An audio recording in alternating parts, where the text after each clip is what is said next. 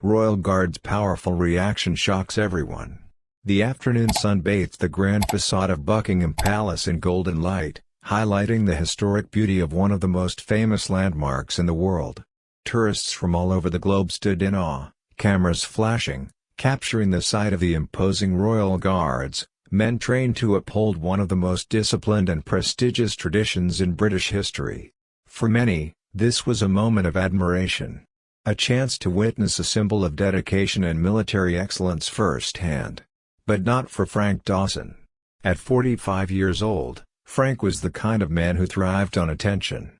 Dressed in a wrinkled t-shirt, fitted jeans, and a backwards baseball cap, he didn't look like someone interested in history or tradition. He looked like someone looking for trouble. And that's exactly what he wanted. As he sauntered into the crowd, his voice carried above the hum of tourists. "Man, you guys actually take this stuff seriously?" He laughed, shaking his head dramatically. "These dudes just stand here all day? What a joke." Some people chuckled awkwardly, but most ignored him, hoping he would just move along. But Frank wasn't looking for casual conversation. He wanted an audience. With a cocky smirk, he pushed his way closer to the Royal Guard, weaving through clusters of visitors who had been enjoying a peaceful afternoon. A group of British locals exchanged uneasy glances. "Great, another one," one man muttered to his wife. A mother pulled her child closer, instinctively moving away from the commotion. But Frank didn't care. He fed off the attention. The moment he saw the Royal Guard standing tall and motionless, he knew he had found his target. "Oh, this is too good," he muttered under his breath, his grin widening. Tourists in the crowd began whispering, sensing that something was about to unfold. Some even pulled out their phones, eager to capture what they thought might be a funny moment for social media. Frank stepped closer, his voice booming now, ensuring everyone around heard him. "Hey, soldier boy!" he called out mockingly, waving his arms in front of the guard's face. "You awake in there?" The Royal Guard did not move. Frank chuckled, nodding to himself. "All right, let's see how long you can keep this up." Then, without warning, he took a deliberate step even closer, his presence now an undeniable challenge. The crowd held their breath. They knew what Frank didn't, he was playing a dangerous game. The moment Frank took that extra step closer, the energy in the air shifted. Tourists who had been casually admiring Buckingham Palace now had their eyes locked on him. Some whispered among themselves, others lifted their phones, eager to record what they believed would be a viral moment. But not everyone was amused. A British veteran, standing nearby with a group of friends, folded his arms and muttered, "He has no idea what he's getting himself into." Frank, however, was loving the attention. "Come on, man," he shouted, his voice echoing across the courtyard. "Do you guys actually think this is impressive? Standing still all day, pretending to be a real soldier?" A few people in the crowd gasped at his disrespectful tone. The Royal Guard remained motionless. His eyes focused straight ahead, rifle gripped firmly in his hands. Frank grinned, seeing no reaction. That only fueled his arrogance. "Oh, I get it," he continued, mocking a British accent. "Too posh to talk to us regular folks, huh? Just another tourist attraction, right?" Still, no movement from the guard. But Frank wasn't done yet. He leaned in closer, now just inches from the guard's face, and began waving his arms wildly, trying to break the soldier's composure. The crowd grew tense. Some people shook their heads, while others whispered things like, "He's pushing it too far." Frank raised his voice, his tone now more aggressive. "Man, if this was America, you'd be out doing real military work instead of standing here like a doll," he sneered. "What are you even protecting? A bunch of old rocks?" A murmur spread through the crowd. This was no longer funny. Still, the Royal Guard didn't move. His discipline was unshakable, his training absolute. But Frank mistook this silence for weakness. And that was his biggest mistake. Smirking, he took another step forward, now blatantly invading the guard's personal space. Then, with one final act of disrespect, he pretended to reach for the soldier's hat. Gasps erupted from the crowd. And in that exact moment, Everything changed. The crowd fell silent. The moment Frank's hand even hinted at reaching for the royal guard's hat, a collective gasp rippled through the tourists. A woman instinctively covered her mouth, and an elderly man muttered, "That fool just made the worst mistake of his life." But even then, the royal guard did not flinch. He remained exactly as he was, his eyes locked forward, his expression unreadable, his rifle held firm. Frank laughed, though it was noticeably less confident than before. "Oh, come on, man. Nothing? Still nothing?" He looked around at the crowd, searching for support. Is this guy even alive? But the audience wasn't on his side anymore. If anything, they were rooting against him. Whispers spread. Some shook their heads in disapproval. Others murmured things like, "He's going too far." A mother turned her child away, whispering, "Watch this, sweetheart. He's about to learn a lesson." Frank, still oblivious, scoffed. "Wow. They really trained you guys well, huh? Like robots." He leaned in even closer, dangerously close now. His breath was almost inches from the soldier's face. And yet, the royal guard remained motionless. A group of British veterans, standing off to the side, exchanged knowing looks. One of them chuckled. "Wait for it," he muttered under his breath. Frank, still thinking he was in control, waved a hand in front of the guard's face again.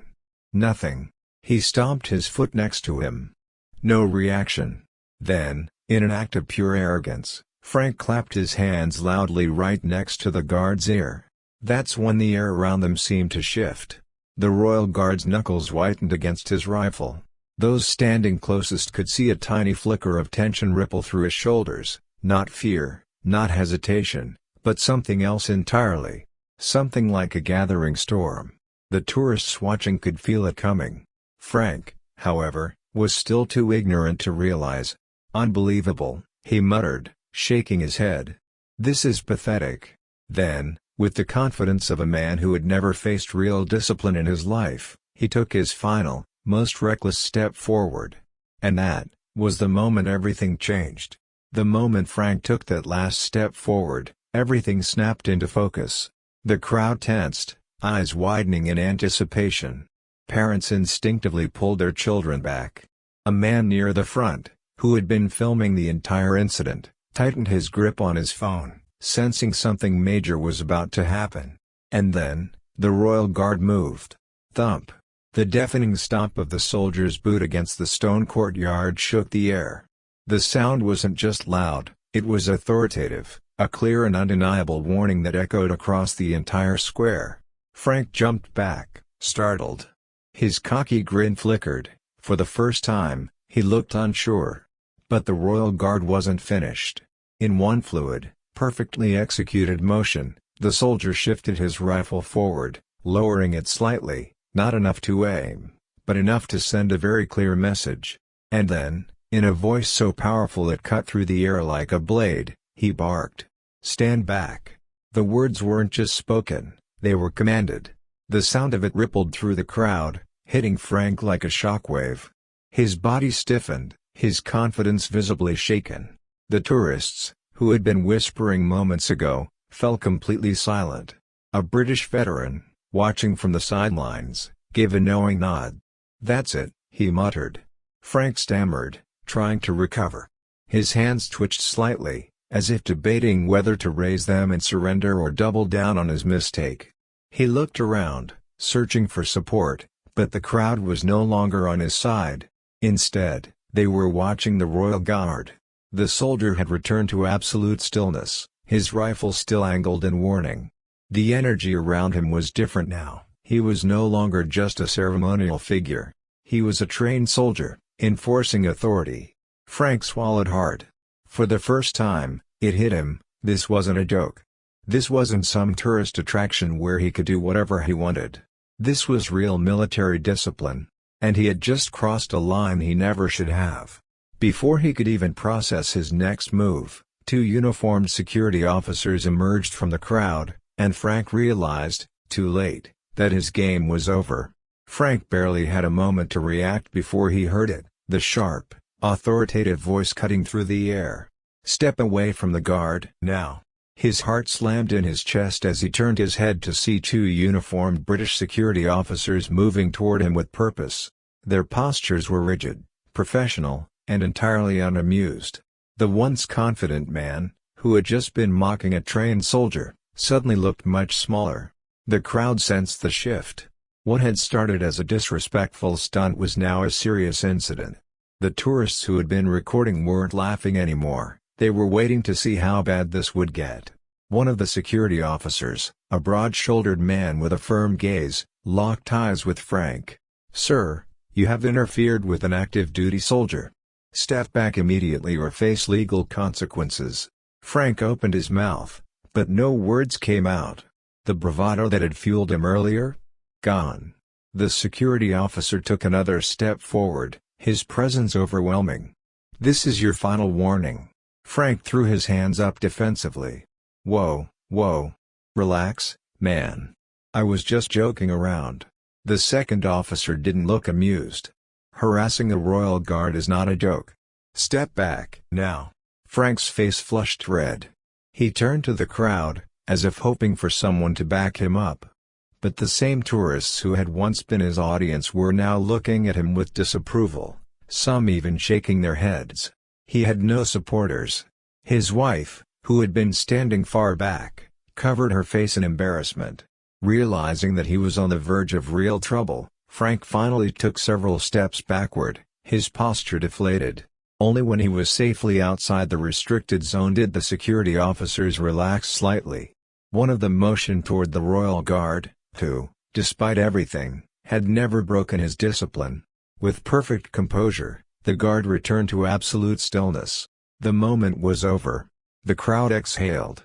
A British veteran, standing off to the side, smirked and turned to his friend. "Still think they're just for show?" His friend chuckled. "Not anymore." Frank, now thoroughly humiliated, turned and began pushing through the crowd, eager to disappear. As he walked away, one thing was clear. He had come to Buckingham Palace thinking he could break the discipline of the royal guard. Instead, he was the one who broke.